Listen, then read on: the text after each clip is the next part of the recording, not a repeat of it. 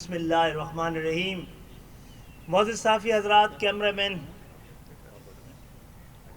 السلام علیکم. آج ہم سب یہاں پر وفاق سے، وفاقی اداروں سے، سیاست سے، ریاست سے، مملکت سے، عدلیہ سے، مقننہ سے، انتظامیہ سے یہ سوال کرنے آتے ہیں کہ کیا سندھ کے شہری علاقوں کو تباہ کرنے کی کوئی قومی اتفاق رائے پایا جاتا ہے؟ کیا مہاجروں کو دیوار سے لگانے کا کوئی ایسا ارادہ ہے جس پہ کہ عمل درآمد شروع کر دیا گیا ہے؟ کیا سندھ کے شہری علاقوں کے ساتھ ہونے والی مستقل اور مسلسل ناانصافیوں، لوگوں کو گننے سے لے کر اور ووٹر لسٹ تک، اور لوگوں کو گننے سے لے کر ووٹ کو گننے تک، ہر مرحلے پر مستقل آہستہ آہستہ، قطرہ بقطرہ، زہر بزہر اگر کوئی ایسا اتفاق رائے پایا جاتا ہے تو پھر ہمیں بتا دیا جائے. آپ نے اس سوچ کو، ان لوگوں کو، اس تنظیم کو کہ جس نے پاکستان کو دو لخت کر دیا تھا،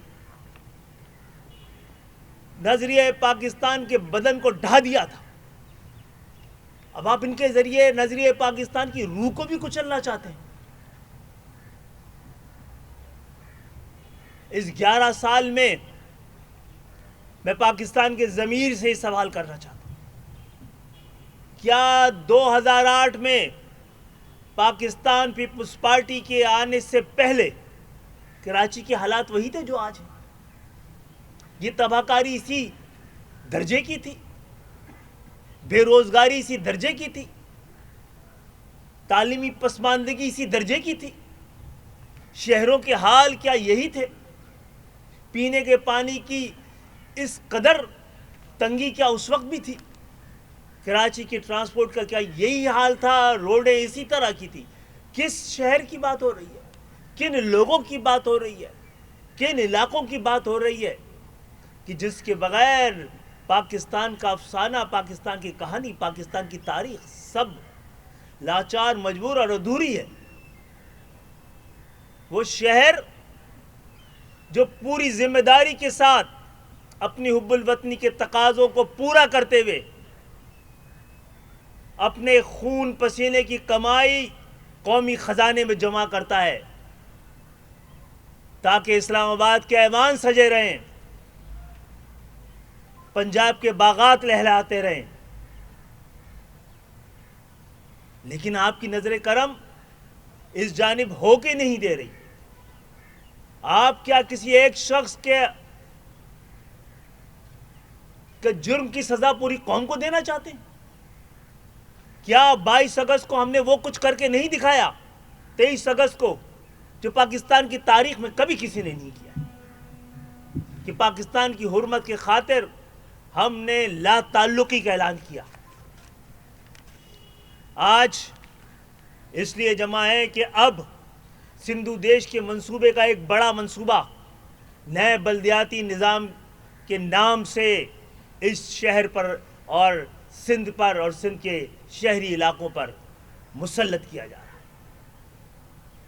معزز صحافی حضرات، پاکستان پیپلز پارٹی کے قیام کے بعد سے سندھ کے شہری علاقوں کی پاکستان پیپلز پارٹی کبھی بھی نمائندہ جماعت نہیں رہی ہے، اور اس 11 سال میں 100% جس کی کوئی نمائندگی سندھ کے شہری علاقوں میں نہیں ہے، 100% اختیار، وسائل اس کے حوالے کر دیے گئے. کیا ہم عدالتوں میں نہیں گئے؟ کیا عدالتوں کو کراچی کی عمارتیں گرانے ہی سے ساری دلچسپی ہے؟ کیا اسی کو ڈیمولش کرتے رہیں گے؟ آپ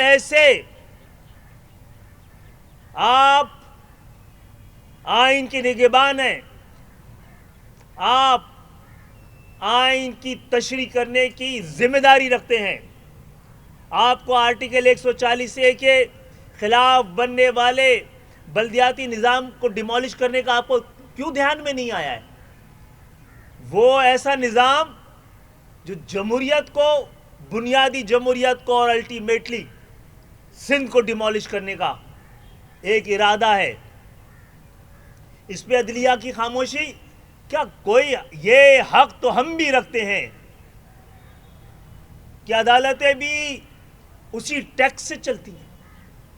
اسے عام پاکستانیوں کا حق ہے کہ ان سے سوال کرے کہ ایسے قومی اہمیت کے مقدمات جو آپ کے پاس موجود ہیں ان پہ ایسی تاخیر، مجرمانہ تاخیر، یہ آخر کس لیے ہے؟ ہم کہتے رہے تھے، مجبوری کی زبان بیان کرتے رہے تھے، اپنی ضروریات بیان کرتے، اور یہ بتاتے رہے ہیں کہ سندھو دیش کے خواب کو پالنے کی ذمہ داری اب پیپلز پارٹی نے گود لی ہوئی، اور ہم ہی ہیں. ہماری سوچ، ہمارے اندر موجود حب الوطنی اور ہماری 70 سال میں پاکستان کی تاریخ کی گواہی کہ جو سندھو دیش اور اس کے خواب کے درمیان سب سے مضبوط دیوار ہے، آپ اس دیوار کو ڈھانا چاہتے ہیں. کیا ہم عدالتوں میں نہیں گئے؟ کیا ہم نے جمہوری راستے اختیار نہیں کیے؟ کیا ہم نے قانونی تقاضے پورے نہیں کیے؟ ہم کئی سال سے یہی راستہ اپنائے ہوئے ہیں. ہم نے تہذیب کی زبان استعمال کی ہے، قانون کے راستے استعمال کیے ہیں، ایوانوں میں آواز اٹھائی ہے، عدلیہ کے پاس جا کے دہائی دی ہے. آپ ہمارے پاس ایک ہی راستہ چھوڑ رہے ہیں کہ ہم آ کر آپ بے گھر تو کر رہے ہیں، بے آسرا تو کر رہے ہیں، بے روزگار تو کر رہے ہیں، داخلوں سے تو محروم رکھ رہے ہیں، تو پھر ہم اپنے گھروں سے نکل کر سڑکوں پہ ہی بسیرا شروع کر دیتے ہیں. اب ہمارے پاس کوئی دوسرا راستہ نہیں رہ گیا ہے اس کے سوا. یہ جناب چیف جسٹس صاحب، آئین کا آرٹیکل 140 سے یہ کہتا ہے کہ ایک ایسی بلدیاتی حکومت جس کو زیادہ سے زیادہ اختیارات دیا جائے، زیادہ سے زیادہ کا مقصد ہے کہ جس وقت یہ آرٹیکل 140A ڈالا گیا تھا اس وقت کے اختیار سے زیادہ. تو آپ کیا یہ نہیں دیکھ رہے کہ اب بغیر اختیار کے اس دفعہ وہ ادارے جو کراچی کے شہریوں نے اپنے ٹیکس کے ذریعے اپنے منتخب کیے ہوئے میئر، ڈپٹی میئر، بلدیاتی منتخب نمائندوں کے ذریعے بنائے تھے، وہ بھی ان سے چھینے جا رہے ہیں. KMDC MQM کے دور میں بلدیاتی اپنے بجٹ سے، بلدیاتی وسائل سے بنایا گیا تھا. ہم کیسے اس کو پاکستان پیپلز پارٹی کی لسانی، نسل پرست، متعصب اور ملک دشمن حکومت کے حوالے کر سکتے ہیں؟ KIGD MQM کے دور میں بلدیات میں کے وسائل سے بنائی گئی ہے. اسی طرح بہت سارے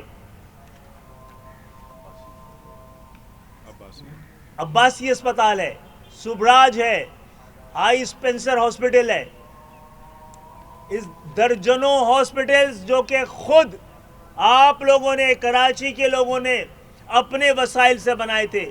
وہ تھوڑے بہت وسائل جو بلدیاتی حکومتوں کو دیے جاتے ہیں اس پہ بنائے گئے تھے. وہ کس طرح کراچی کے شہری یہ اجازت دیں کہ وہ ملک دشمن، سندھ دشمن، مہاجر دشمن اور سندھ کے شہری علاقوں کی دشمن اور کھلی دشمن سندھ حکومت کے حوالے کر دیے جائیں. ایک نئے بلدیاتی نظام آپ سو موٹو کب لیں گے؟ چیف جسٹس صاحب، آپ کی حرمت کا سوال ہے. آئین پر شب خون مارا جا رہا ہے. آپ کو کس دن کا انتظار ہے؟ ہم نے بھی اپنے حصے کا صبر کر لیا ہے, انتظار کر لیا ہے, توقعات رکھی تھی. آپ نے ہمارے پاس اس کے علاوہ احتجاج اور مزاحمت کے علاوہ کوئی آپشن نہیں چھوڑا ہے.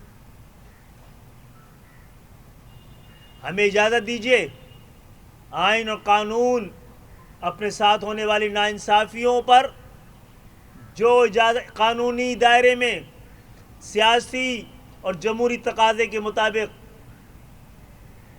جو راستے اختیار کیے جا سکتے ہیں ہم اختیار کریں گے. کراچی, حیدرآباد, میرپور خاص, نواب شاہ, سکھر, ان کو مکمل طور پر مفلوج اور معطل کر دیا گیا ہے, اور ایک مفلوج, ٹوٹا پھوٹا, معذور بلدیاتی نظام پھر ان شہروں پر مسلط کیا جا رہا ہے. آپ چاہتے ہیں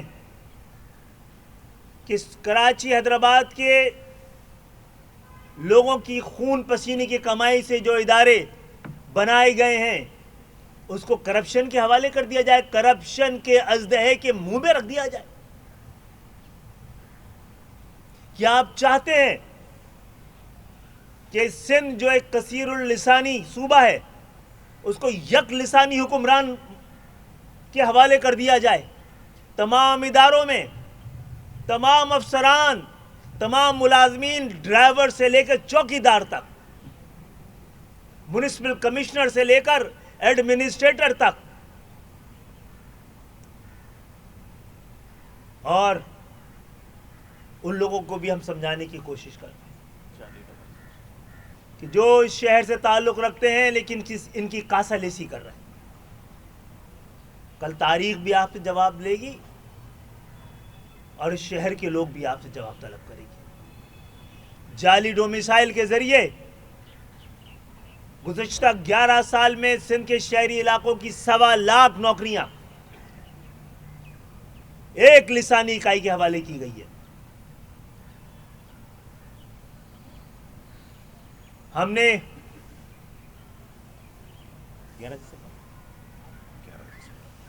11 دسمبر کو آل پارٹی کانفرنس بلائی, کراچی کانفرنس بلائی, تاکہ کراچی کے لوگ مل کر سیاسی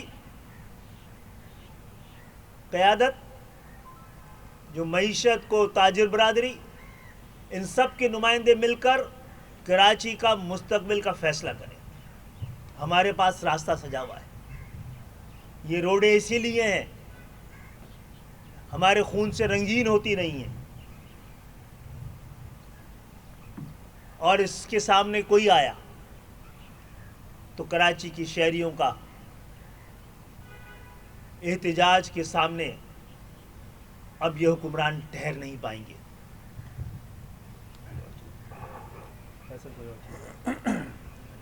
اس درمیان میں وہ ہمارے لیبر ڈویژن کے مظاہرے ڈسٹرکٹ وائز ہوتے رہیں گے. اس کے ساتھ ساتھ ہمارے پاس مستقل کراچی کے بلدیات سے تعلق رکھنے والے ملازمین, افراد, افسران, ان سب کا بھی دباؤ بڑھ رہا ہے کہ ان کے حقوق کے لیے, اس شہر کو بچانے کے لیے, اس شہر کی گلی کوچوں کے لیے, اس شہر کے اداروں کے لیے, واٹر بورڈ کے لیے, بلڈنگ کنٹرول اتھارٹی کے لیے, سالڈ ویسٹ مینجمنٹ کے لیے, اس شہر کی جو ملکیتیں تھیں ان کے واپسی کے لیے ایم کیو ایم کب تک خاموش تماشائی بنی رہے گی؟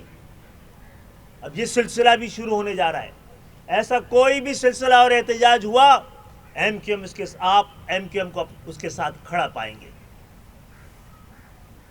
ہمارے علم میں آ رہا ہے کہ بہت سارے اداروں میں از خود لوگ اس بلدیاتی نظام کے خلاف احتجاج ریکارڈ کرنا چاہتے ہیں. ہم ان کو لبیک کہہ رہے ہیں. کچھ کہہ رہے تھے بس باقی اسپیسیفکس کو سیکرٹ بیلٹ ذریعے جو پیسہ سے حکومت سے کماتے ہیں اس کے ذریعے میئر بنائیں گے اپنا کسی کو بھی؟ بتا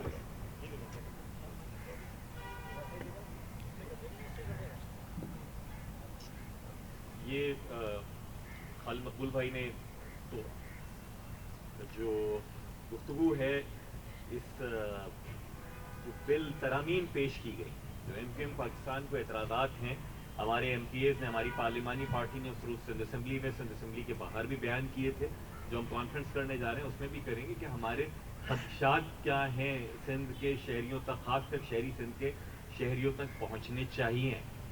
2013-14 میں بھی انہوں نے کوشش کی تھی، جو یہ بل لائے تھے، کہ اس میں بھی یہ سیکرٹ بیلٹ کے ذریعے میئر کا اور چیئرمین کا اختیار کریں۔ ہم عدالت میں گئے، ہم عدالت میں جا کر ان سے مقدمہ جیتے کہ یہ اوپن بیلٹ کے ذریعے ہونا چاہیے۔ وجہ اس کی یہ ہے کہ سندھ حکومت کی بدعنوانی کا دنیا گواہ ہے۔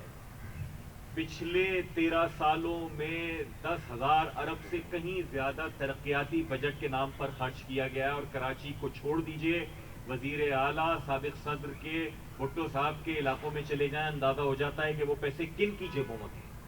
یہ ان پیسوں سے ہر آنے والا انتخاب خریدتے ہیں۔ اس لیے ہمارا خدشہ یہ ہے کہ جو انہوں نے اس ترمیم میں انتہائی مشکوک شقیں شامل کی ہیں، کہ پہلی بات کہ چیئرمین کا، میئر، ڈپٹی میئر کا انتخاب خفیہ رائے شماری سے ہوگا، اور دوسری بات کہ کوئی بھی غیر منتخب آدمی اس کو منتخب کیا جا سکتا ہے میئر کے طور پر۔ تو یہ اپنے پیسے کی، اپنی صوبائی حکومت کے اثر رسوخ کی بنیاد کے اوپر یہ سب کرنا چاہتے ہیں، اس لیے ہم اس کو مسترد کرتے ہیں، اور آئین کا آرٹیکل 140A کی روح سے سراسر خلاف ہے۔ 2017 سے وسیم اختر بھائی ایم کیو ایم پاکستان اس پٹیشن میں سپریم کورٹ کے پاس موجود ہیں۔ آئین کا 140A واضح طور پر کہتا ہے کہ صوبائی حکومتیں بلدیاتی حکومتوں کے انتخاب کروائیں گی۔ بلدیاتی حکومت وہ نہیں ہو سکتی کہ جس میں میئر کے پاس واٹر اینڈ سیوریج بورڈ نہ ہو۔ بلدیاتی حکومت وہ نہیں ہو سکتی جس میں میئر کے پاس master plan, building control, development authority, solid waste management, یہ کوئی ادارہ نہ ہو۔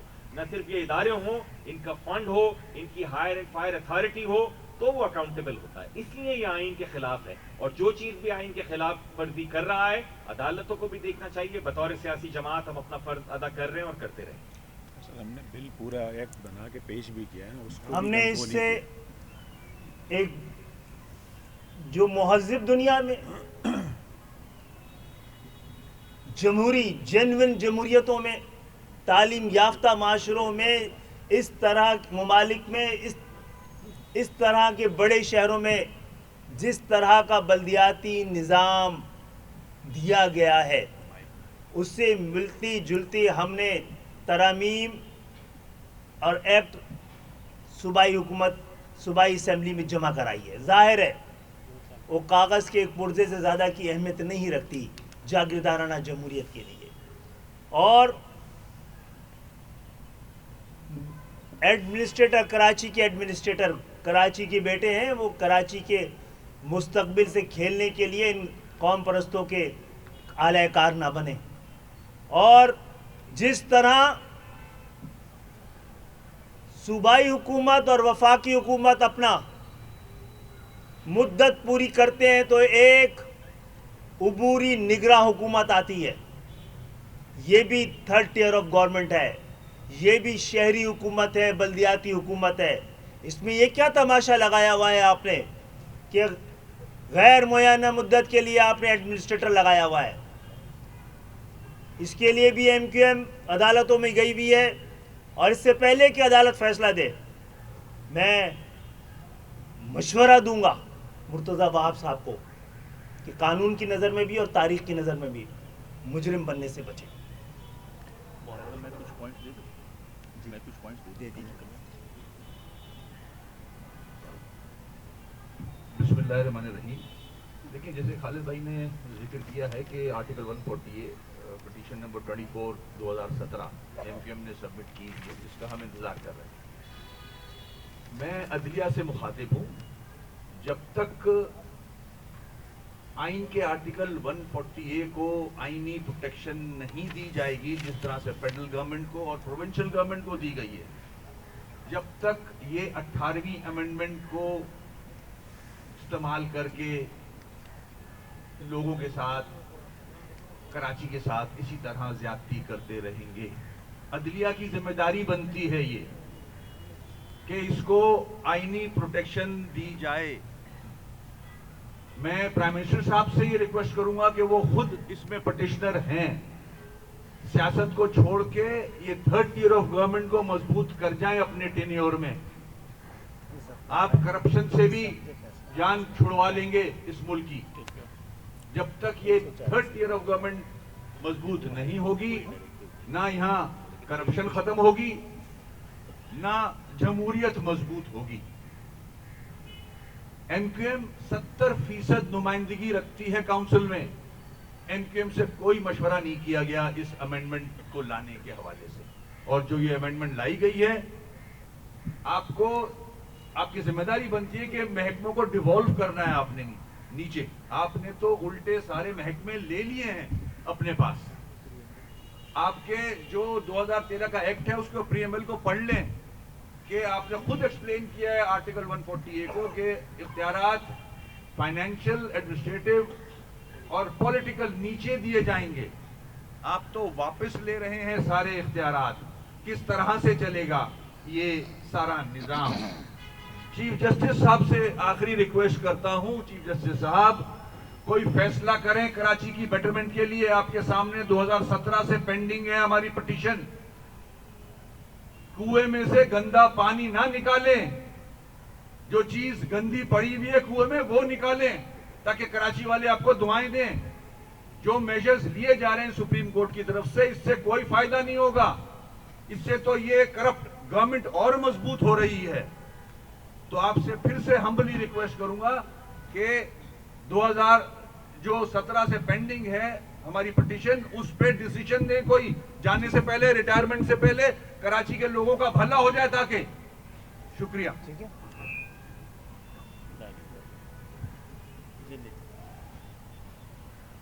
دنیا بھر میں جو عوامی مسائل کے حوالے سے جو بھی اختیارات ہیں وہ لوکل گورنمنٹ کے پاس ہیں.